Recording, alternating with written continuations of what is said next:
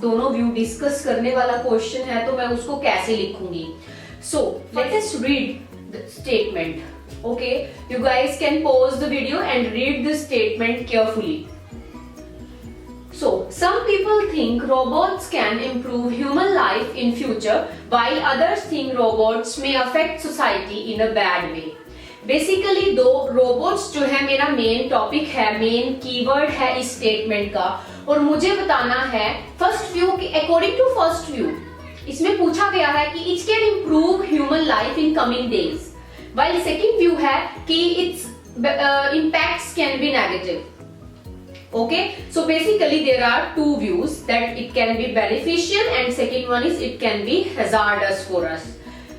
मुझे दोनों व्यू को डिस्कस करना है विदाउट गिविंग माय ओपिनियन, क्योंकि मेरे से दोनों व्यू को डिस्कस करने वाली टास्क पूछी गई है, ओपिनियन भी पूछा है, बट पहला क्वेश्चन मेरा जो उनकी क्वेश्चन की पहली डिमांड है वो है कि मुझे दोनों व्यू को डिस्कस करना है। So firstly I will talk about the basic structure. In total, there will be 4 paragraphs. And first जो पैराग्राफ होगा उसमें मेरी इंट्रोडक्शन आएगी। मैं इन चारों बुलेट पॉइंट्स के लिए सेपरेटली भी एक्सप्लेनेशन ऐड करूंगी वीडियो के। First paragraph would be about introduction, कि इसमें मैं इंट्रोड्यूस करूंगी अपने टॉपिक को, that what is the topic, and second thing I will tell in one line कि इनकमिंग पैराग्राफ में क्या एक्सप्लेन करूंगी। इंट्रोडक्शन में हम अपना ओपिनियन ऐड नहीं कर सकते क्योंकि मुझे अपना ऐसे अभी ओपिनियन ओरिएंटेड नहीं बनाना। फिलहाल मुझे सिर्फ दोनों व्यू डिस्कस करने हैं। दोनों व्यू डिस्कस करने से मैं अपना ओपिनियन ऐड करूंगी with 1 or 2 reasons. Okay, so first would be introduction कि मेरा टॉपिक क्या है, और मुझे इससे पता चलता है रीडर को कि मुझे टॉपिक कितना समझ आया है, क्योंकि इसमें मुझे रिफ्रेश भी करना होता है। उसके बाद सेकंड है फर्स्ट बॉडी पैराग्राफ, जिसमें मैं व्यू 1 को डिस्क्राइब करूंगी। मुझे वर्ड लिमिट को ध्यान में रख के एक बॉडी पैराग्राफ बनाना है जिससे अप्रोक्सीमेटली मुझे मतलब कि आइडिया हो जाए कि इतनी लेंथ में मेरे बॉडी पैराग्राफ के अकॉर्डिंग मेरे 250 वर्ड्स क्रॉस होंगे। छोटा नहीं होना चाहिए। दो तरह के स्टूडेंट्स होते हैं। कुछ स्टूडेंट्स एक या दो व्यू को इतना डीपली एक्सप्लेन कर सकते हैं कि उनकी वर्ड लिमिट रिक्वायरमेंट जो होती है वो कंप्लीट हो जाती है। So they can choose 2 ideas in first body paragraph. But कुछ ऐसे होते हैं जिनकी एक्सप्लेनेशन पावर वीक होती है, वो 3 आइडियाज भी ऐड कर सकते हैं, क्योंकि मेरी सबसे पहली डिमांड है वर्ड लिमिट को पूरा करना। सिमिलरली सेकेंड बॉडी पैराग्राफ में भी मैं व्यू 2 ऐड करूंगी, लेकिन एक बात याद रखनी है, जितने आइडियाज मैं फर्स्ट बॉडी पैराग्राफ में ऐड करूंगी उतने ही मैं सेकंड में भी ऐड करूंगी, क्योंकि मुझे वेटेज अभी इक्वल रखनी है। दोनों व्यूज को मुझे इक्वली एक्सप्लेन करना है, डिस्कस करना है। अभी मुझे किसी भी वन साइड नहीं जाना। उसके बाद कंक्लूजन में वैसे तो मैं जो भी मैंने दोनों बॉडी पैराग्राफ्स में अपने आइडियाज लिखे होंगे उनको रिवाइज करवाना है रीडर को कि मेरे आइडियाज ये थे, but in the end you have to add your opinion with reason. ये नहीं है कि आप सीधा कह दोगे कि अकॉर्डिंग टू मी मेरे लिए ये व्यू ज्यादा बेटर है। आपको बिकॉज डाल के एक रीजन जरूर देना पड़ेगा। Talk about writing introduction for discuss both view topic. अगर मैं इसी राइटिंग की बात करूं, सेम राइटिंग के लिए एक फिक्स स्ट्रक्चर ताकि बिगिनर्स को हेल्प हो लिखने में, और एक solution with for same topic I will add in the end of the video. Okay, so फिलहाल सिर्फ मेरी कोशिश आपको समझाने की है।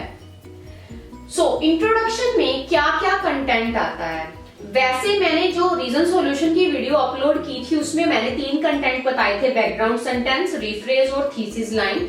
सिमिलरली इसके भी ये 3 कंटेंट ही। अगर किसी स्टूडेंट की एक्सप्लेनेशन पावर अच्छी है तो वो रिफ्रेज से स्टार्ट कर सकता है, बैकग्राउंड सेंटेंस को इग्नोर कर सकता है, क्योंकि discuss both the view topic में मेरे पास ऑलरेडी बहुत बड़ी सेंटेंस होते हैं, बड़े सेंटेंसेस होते हैं, क्योंकि डिस्कस बोथ द व्यू में मेरे पास ऑलरेडी बहुत बड़े स्टेटमेंट्स होते हैं, क्योंकि उसमें 2 व्यूज इंक्लूड होते हैं। इसीलिए मैं प्रेफर करती हूँ कि आप उनको सीधा डायरेक्टली रिफ्रेज करो ताकि मेरी इंट्रोडक्शन ज्यादा बड़ी भी ना हो। There should be a difference between your body paragraphs and introduction.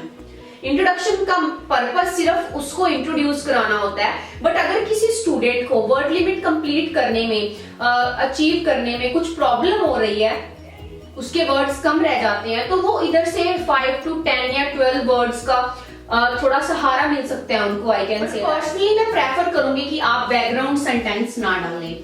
Discuss both the view के केस में, बाकियों में आप डाल सकते हो, but discuss both the view में मेरे पास स्टेटमेंट्स ही बहुत लेंथी होती हैं, तो मेरा सिर्फ रीफ्रेस करना भी सही रहेगा। रीफ्रेस करने के लिए आपको थोड़े सिनोनिम्स पता होने चाहिए, वर्ड्स के रिप्लेसमेंट पता होनी चाहिए। मैं ये नहीं कह रही कि आप कंप्लीटली स्टेटमेंट को चेंज कर दो।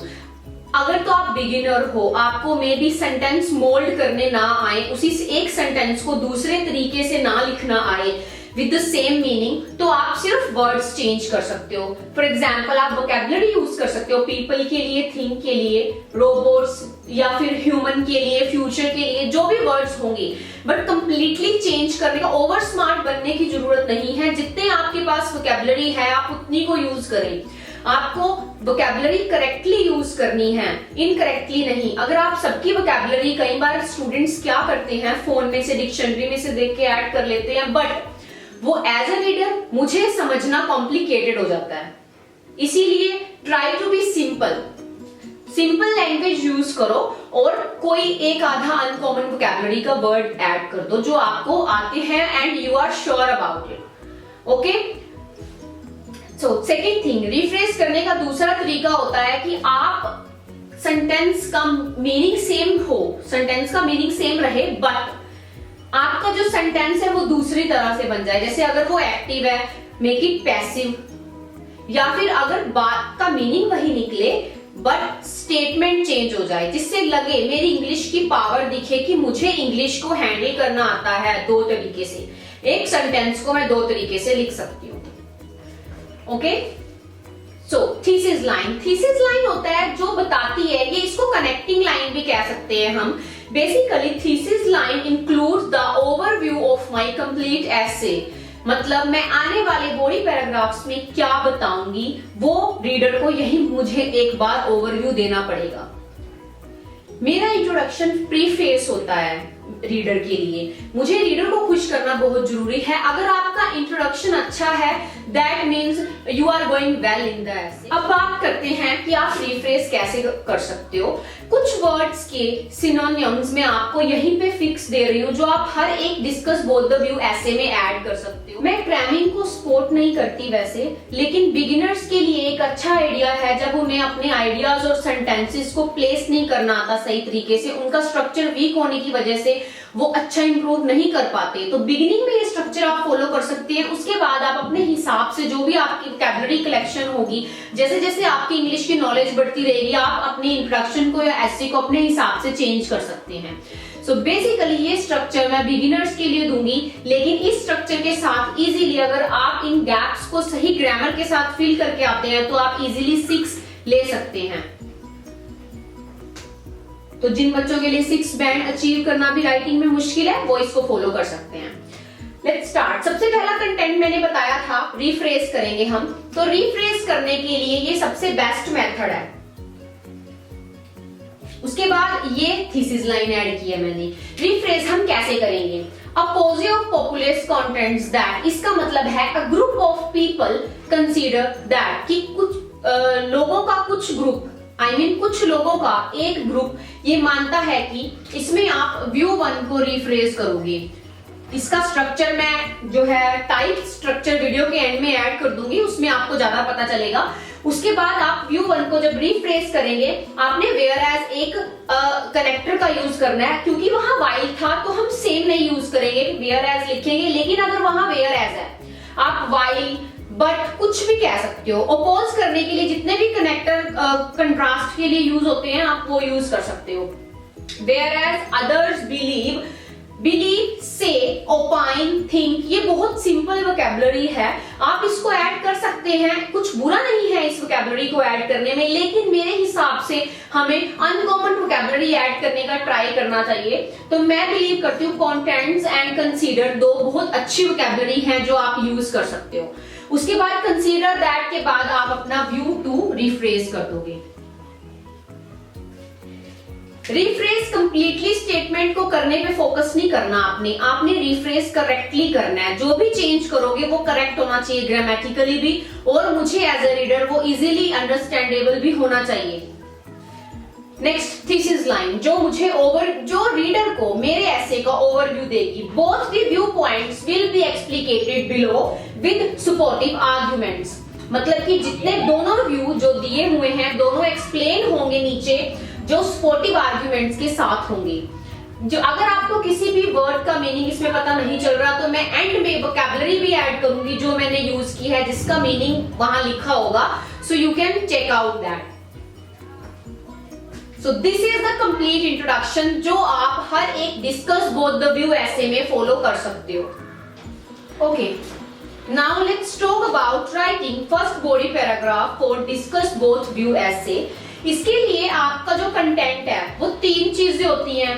एक तो होता है जनरल लाइन। जनरल लाइन का मतलब है कि हम ये बताते हैं रीडर को कि इस बॉडी पैराग्राफ में हम कौन सा व्यू उठा रहे हैं।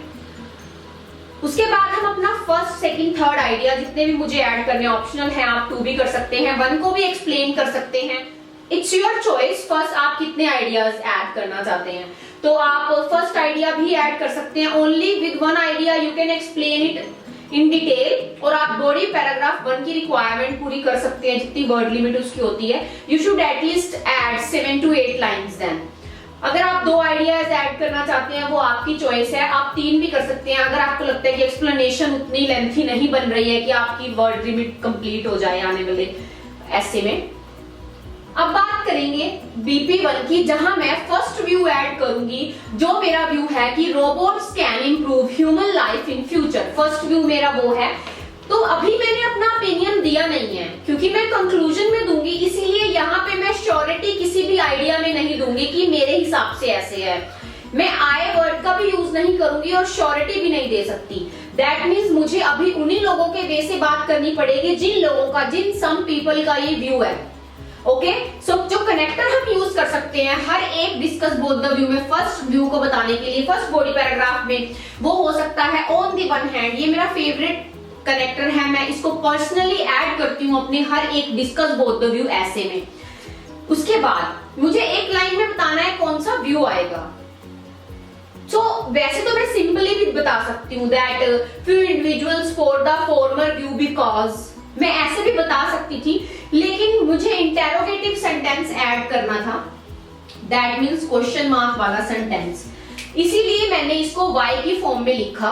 जो मेरा इंटेरोगेटिव सेंटेंस होता है वो एक राइटिंग का ही पार्ट है, बट और अगर मैं इसको पूरी राइटिंग में कम से कम एक बार यूज करती हूँ, मेरी सेंटेंसेस की जो ये लेक्सिकल रिसोर्सेज की डिमांड है वो पूरी करता है।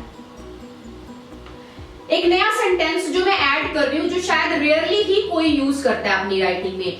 वैसे तो मैं इसको कहीं भी यूज कर सकती हूँ अपनी पूरी राइटिंग में एटलीस्ट वंस, लेकिन यहाँ पे ऐड करना स्टूडेंट्स के लिए काफी इजी होता है, इसीलिए मैंने ये उनको फिक्स पोजीशन बता रखी है। क्योंकि यहाँ ऐड कैसे करते हैं, जो व्यू मैं नीचे एक्सप्लेन कर रही हूँ उसी व्यू को मैंने खुद के लिए एक क्वेश्चन बना लेना है।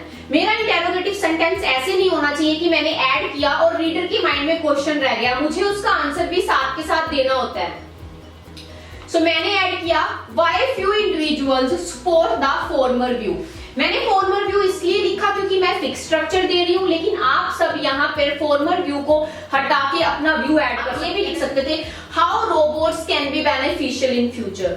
जो भी पॉसिबल क्वेश्चंस होंगे मैं एंड में ऐड करूंगी, I am saying it again. उसके बाद मैंने इसको इंटेरोगेटिव फॉर्म में लिखा, देन मैंने फर्स्टली एक कनेक्टर जो है फर्स्ट आइडिया के लिए यूज किया और उसको एक्सप्लेन कर दिया। यहाँ आपको अपना आइडिया 1 ऐड करना है, देन आप सेकेंडली यूज करोगे जहां तक एक्सप्लेनेशन ऐड करोगे, उसके बाद आप सेकेंड आइडिया यूज करोगे, देन थर्डली के साथ third one. That means number of ideas कितने होने चाहिए, it's completely depends on you. इसमें कोई भी रिक्वायरमेंट नहीं होती आप कितने ऐड करोगे, क्योंकि वर्ड लिमिट की रिक्वायरमेंट होती है that you should write at least 250 words. लेकिन आपको कितने आइडियाज कवर करने हैं ये कुछ भी फिक्स नहीं है। Number of body paragraphs fix नहीं होते बिल्कुल भी, कभी भी सिर्फ वर्ड्स फिक्स होते हैं कि 250 लिखने ही लिखने हैं। उसको एक्सीड भी आप कर सकते हो अगर आप करना चाहते हो। ओनली मिनिमम की लिमिट है, मैक्सिमम की लिमिट उन्होंने नहीं। This is the structure for body paragraph 2। Second paragraph में आपको क्योंकि दूसरा व्यू एक्सप्लेन करना है तो उसके लिए वहां मेरा connector on the one hand था एंड सेकेंड के लिए मेरा कनेक्टर रहेगा ऑन दी अदर हैंड। ये कनेक्टर आप एज इट इज लिख सकते हैं। उसके बाद वहां मैंने इंटेरोगेटिव सेंटेंस का यूज करके जनरल लाइन ऐड की थी, यहां मैंने चेंज किया है। यहां मैंने लिखा है some proponents endorse the latter view because, कि कुछ जो सपोर्टर्स हैं वो दूसरे व्यू को सपोर्ट करते हैं, क्योंकि यहां आप फर्स्ट आइडिया लिखोगे दूसरी साइड का कि क्यों करते हैं वो सपोर्ट। उसके बाद उनकी सपोर्ट में फर्स्ट आइडिया लिखने के बाद अगर आप अपने और आइडियाज ऐड करना चाहते हैं तो आप ये वाले कनेक्टर्स यूज करके सेकंड एंड थर्ड आइडिया इसमें ऐड कर सकते हैं। So this would be the structure for your body paragraph 2। दोनों सेम है, बस मैंने जनरल लाइन की सेंस चेंज की है और आइडियाज के लिए कनेक्टर यूज किए हैं। एक बात ध्यान में रखनी है आपको कि अगर आप बॉडी पैराग्राफ 1 में वन आइडिया ऐड करके एक्सप्लेन कर रहे हो विद एग्जाम्पल या विद डिटेल्ड एक्सप्लेनेशन, तो आपको सेकेंड में भी सेम करना है। और अगर आप फर्स्ट बॉडी पैराग्राफ में 2 और 3 आइडियाज ऐड कर रहे हो then you have to do same for the next. This is how we can write conclusion for the same task, I mean discuss both the view. इसके लिए हम सबसे beginning में जो है एक कनेक्टर यूज किया हमने टू एपिटोमाइज, जिसका मतलब है to conclude. After analyzing the aforementioned facts it can be inferred that, जो वर्ड्स हैं जितनी भी वोकैबुलरी है उनका मीनिंग मैं एंड में वीडियो की दूंगी। दैट सबसे पहले दैट तक मैं सेम लाइंस यूज कर सकती हूँ, बट उसके बाद मुझे बात समझने की जरूरत है। मैंने बेसिकली ये लिखा है कि both the sides have equal robust arguments, कि दोनों साइड्स के जो आर्ग्यूमेंट्स हैं वो इक्वली वेटेज वाले हैं। बट अकॉर्डिंग टू मी आपको वो व्यू लिखना है जिसको आप सपोर्ट करते हो, जिस व्यू को आप, because but according to me robots are beneficial for human, या फिर अगर आप opposite side, according to me robots would be hazardous for the society.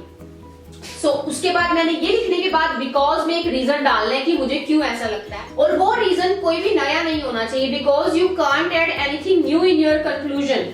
So basically आपने बिकॉज के लिए जो रीजन उठाना है वो बॉडी पैराग्राफ से उठाना है, जिस व्यू को आप सपोर्ट कर रहे हो उसी व्यू के बॉडी पैराग्राफ से उठाना है, और उसको उतना एक्सप्लेन नहीं करना, सिर्फ जस्ट एक कीवर्ड की या फिर एक लाइन की फॉर्म में लिख देना है आपको।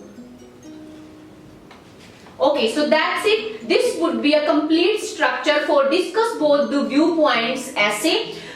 और इसका complete structure जो टाइप किया हुआ होगा वो मैं वीडियो के एंड में ऐड कर दूंगी।